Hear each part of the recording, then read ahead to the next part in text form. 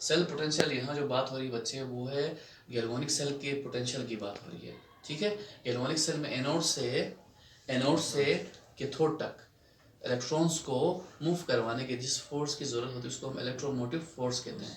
और electromotive force को हम वोल्ट्स में क्या करते हैं, मेयर करते हैं, वोल्ट्स में मेयर करते हैं। इसीलिए जो इलेक्ट्रोमोटिव फोर्स होती है पूरे सेल की, उसको हम क्या कहते हैं, सेल पोटेंशियल कहते हैं। ये किस सेल की पोटेंशियल है बेटा, गैल्वेनिक सेल की पोटेंशियल है, ठीक है। याद रखें, इसमें जो हम सेल पोटेंशियल निकालते हैं अंडर स्टैंडर्ड कंडीशंस निकालते हैं। दो तरह की सेल पोटेंशियल्स होती हैं, oxidation potential, reduction potential. IUPAC के हिसाब से, आयुपेक वालों ने जो रिकमेंड किया है उस हिसाब से जो सेल पोटेंशियल होगी वो रिडक्शन पोटेंशियल होगी। समझ गए, जो सेल पोटेंशियल होगी वो कौन सी होगी, रिडक्शन पोटेंशियल होगी।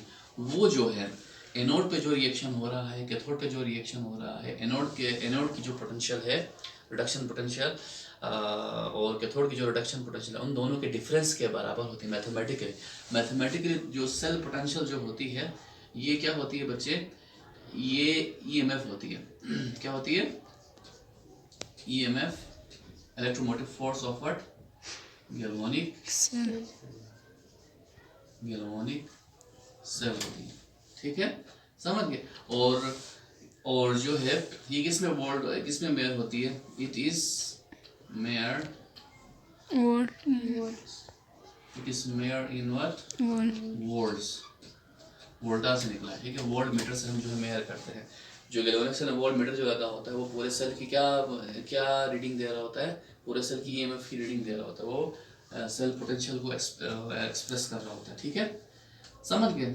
और ये मैथमेटिकली ये पोटेंशियल बराबर होती है, देख लें, cell potential, standard reduction potential of cell, ऐसे लिखेंगे, ई से हम रिप्रेजेंट करेंगे, ऊपर नॉट लगाएंगे और यहाँ सेल लगाएंगे, विच इज इक्वल टू, ये देखें, reduction potential of what, reduction potential of cathode, मतलब जो इलेक्ट्रोड जिसका बना हुआ cathode, minus reduction, standard reduction potential of what, anode.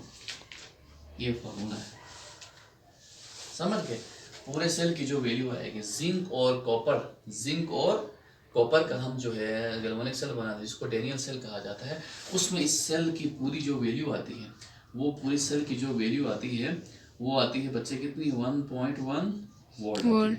अब 1.1 वोल्ट कैसे आ गई, कैथोड की रिडक्शन पोटेंशियल कितनी है, एनोड की रिडक्शन पोटेंशियल कितनी है, हमें पता नहीं है, इंडिविजुअल हमें पता नहीं होता, हम एब्सोल्यूट वैल्यू इसकी नहीं निकाल सकते, ठीक है।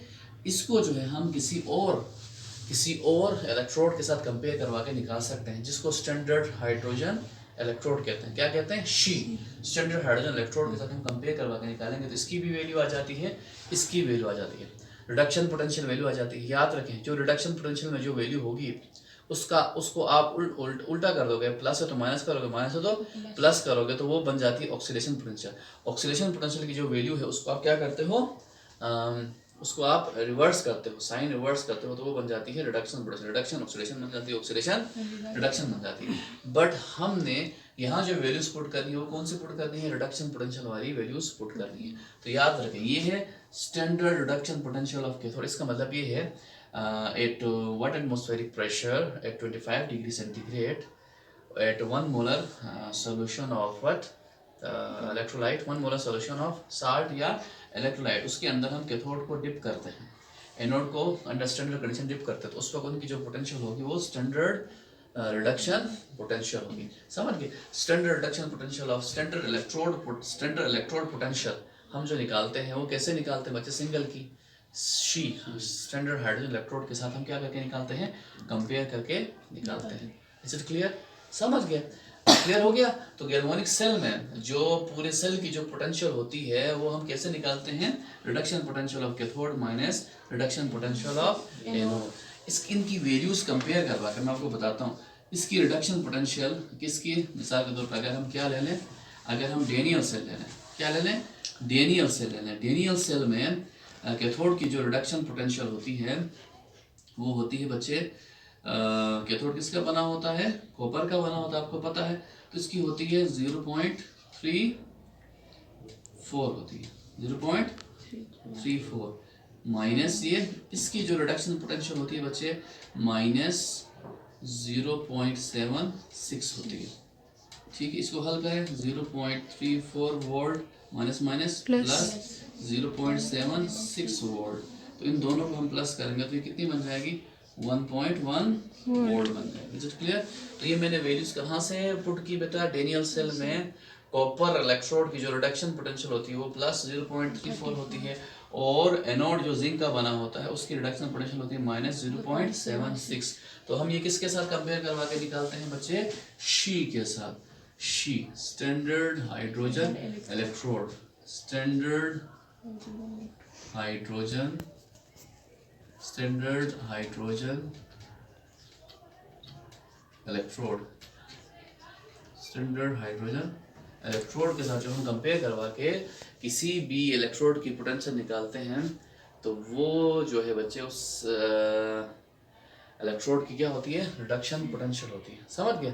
मींस के हाइड्रोजन के साथ कंपेयर करवाते हैं, हाइड्रोजन के साथ कंपेयर करवा के उनकी क्या हो रही है, या रिडक्शन हो रही है या ऑक्सीडेशन हो रही है। हाइड्रोजन के साथ कंपेयर करवाएंगे, हाइड्रोजन के साथ कंपेयर करवाएंगे, देखेंगे कि रिस्पेक्टिव जो इलेक्ट्रोड है उसकी ऑक्सीडेशन हो रही है या रिडक्शन हो रही है।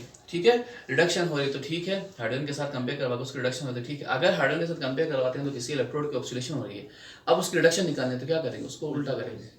उसमें जो आंसर आएगा, जो साइन आएगा, जो वोल्ट मीटर हमें रीडिंग देगा, उसको हम क्या करेंगे, उल्टा करेंगे। तो जो पोटेंशियल होगी वो कहलाएगी रिडक्शन पोटेंशियल। अगर हाइड्रोजन के साथ कंपेयर करवा के किसी इलेक्ट्रोड की ऑक्सीडेशन हो रही है तो उसको हम इन्वर्स करें, उसका इन्वर्स लेंगे तो क्या आएगा, रिडक्शन पोटेंशियल होगी। जिसकी रिडक्शन पोटेंशियल वैल्यू हाइड्रोजन के साथ कंपेयर करवा के हम निकालेंगे वोल्ट्स में, वो रिडक्शन पोटेंशियल ही होगी।